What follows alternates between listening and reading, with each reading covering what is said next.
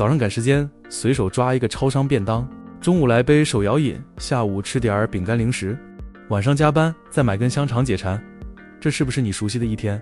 你是否想过这些看似无害的日常选择，正悄悄在我们体内埋下一颗颗不定时炸弹？大家好，这里是健康智库 Pro， 我是小刘。我们不贩卖焦虑，不鼓吹偏方，我们的使命是为你筛选全球严谨的医学研究与权威机构报告，将复杂的健康知识转化成你能听懂、能行动的具体方案。让我们一起用知识为健康筑起防线。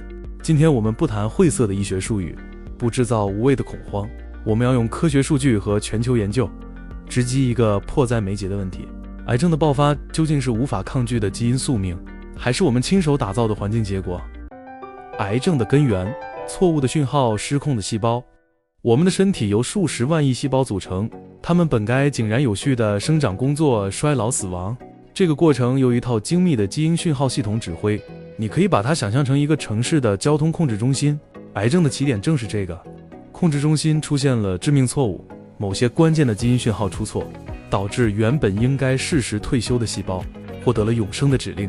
它们无视周围的秩序，开始疯狂增殖、扩张领地，甚至派出手下去远方建立新的殖民地。这就是癌症的本质，一场源于内部讯号错误的叛乱。那么是谁篡改了控制中心的指令？与全球绝大多数权威机构指出，最大的两个骇客就是吸烟与饮酒。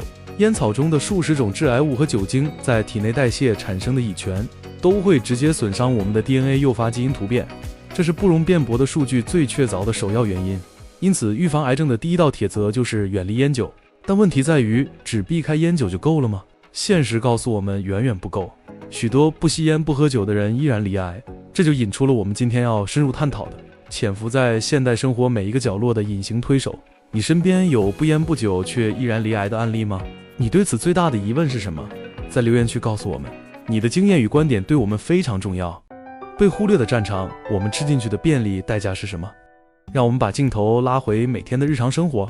当你因为方便美味或习惯走进便利商店、超市，拿起那些包装精美的食品时，一场悄无声息的化学实验可能正在你的体内进行。便利商店食品就像添加物的狂欢派对，为了延长保质期、保持色泽、增强口感，现代加工食品中充满了各种食品添加物，防腐剂、色素、漂白剂、保水剂、增味剂。一份普通的超商便当配料表可能长达3-4行，这些物质在单一产品中的含量通常符合安全标准，但我们一天摄入的是复合剂量。早餐的面包，午餐的便当，下午的零食，晚上的冷冻食品，搭配的饮料，各种添加物在体内累积相互作用，其长期影响依然是科学界巨大的灰盒子。我们在食品安全规范上已属严格，但对比饮食结构更偏向天然原型的国家，我们的食品加工深度和普遍度明显更高。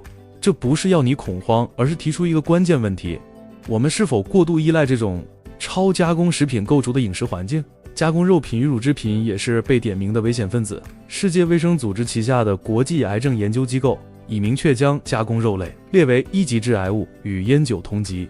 证据显示，每日摄取超过50克，罹患直肠癌的风险就会显著上升。原因是其中的亚硝酸盐在体内可能转化为亚硝胺，这是一种强致癌物。而关于乳制品，特别是全脂乳制品与乳癌、前列腺癌风险的可能关联，许多大型追踪研究也提出了警示，可能与其中的生长激素或饮食模式有关。这不是叫大家完全不吃，而是强调适量与选择的关键性。甜蜜的陷阱，血糖过山车，如何撼动健康根基？除了具体的化学物质，还有一个宏观的体内环境因素被严重忽略：血糖的剧烈波动。当你喝下一杯含糖饮料，吃掉一个精致甜点，你的血糖会像坐火箭一样急速升高。身体为了应对这场危机，会紧急分泌大量胰岛素来降血糖，接着血糖可能又会快速下降。此时身体为了稳住能量，又会派出肾上腺素等压力激素。关键在于，胰岛素是一种促进生长的激素，长期的高胰岛素水平被研究认为可能刺激某些癌细胞的生长，而肾上腺素等压力激素则会抑制免疫系统功能，削弱身体清除异常细胞的能力。换句话说，频繁的血糖过山车等于是在为潜在的癌细胞创造一个营养充足且警察巡逻能力下降的绝佳环境。这或许是解释为何高糖饮食、精致淀粉摄取过量与多种癌症风险相关的重要机制。沉重的现实，个人健康与社会财政的双重崩塌。个人的健康选择最终会汇聚成社会的整体现实。癌症问题正是这种个人与公共后果紧密相连的典型。根据最新统计，平均每小时就有约40人被新诊断为癌症，这意味着每一天都有近1000人与他们的家庭开始踏上充满挑战的治疗之路。这不仅是个人健康的危机，更是对整个社会医疗体系的严峻考验。过去10年用于癌症治疗的总医疗费用急剧膨胀，几乎翻倍增长。这些庞大的支出消耗着我们共同的健保资源与财政预算，这引发了一个关键的排挤效应。当过多的医疗人力、先进设备与经费被持续涌入的晚期癌症治疗所占据，其他重要科别与疾病的照护资源就可能被压缩，整个医疗系统的负担与可进性都在受到影响。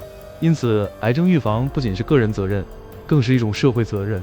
我们每一次选择健康饮食、规律运动，不仅是在保护自己，同时也是在为减轻整体医疗负担尽一份力，帮助维系一个更永续、更有韧性的医疗安全网。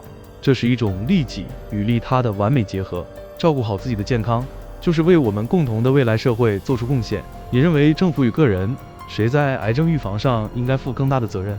是加强食品监管、课征健康捐，还是教育个人选择？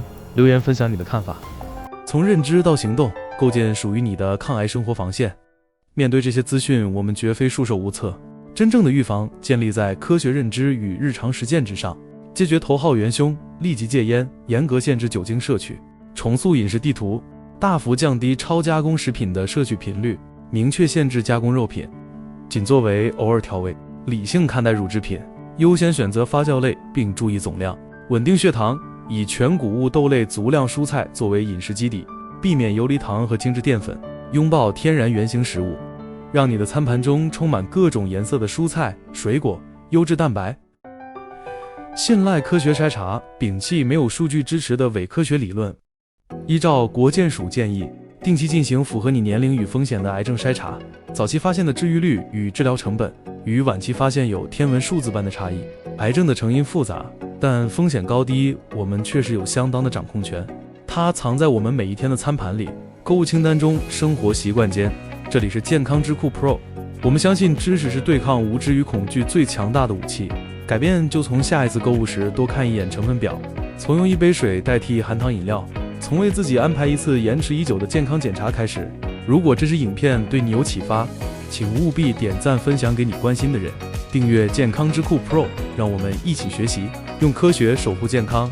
欢迎告诉我们你还想了解哪一类的健康主题，你的健康值得最好的知识装备。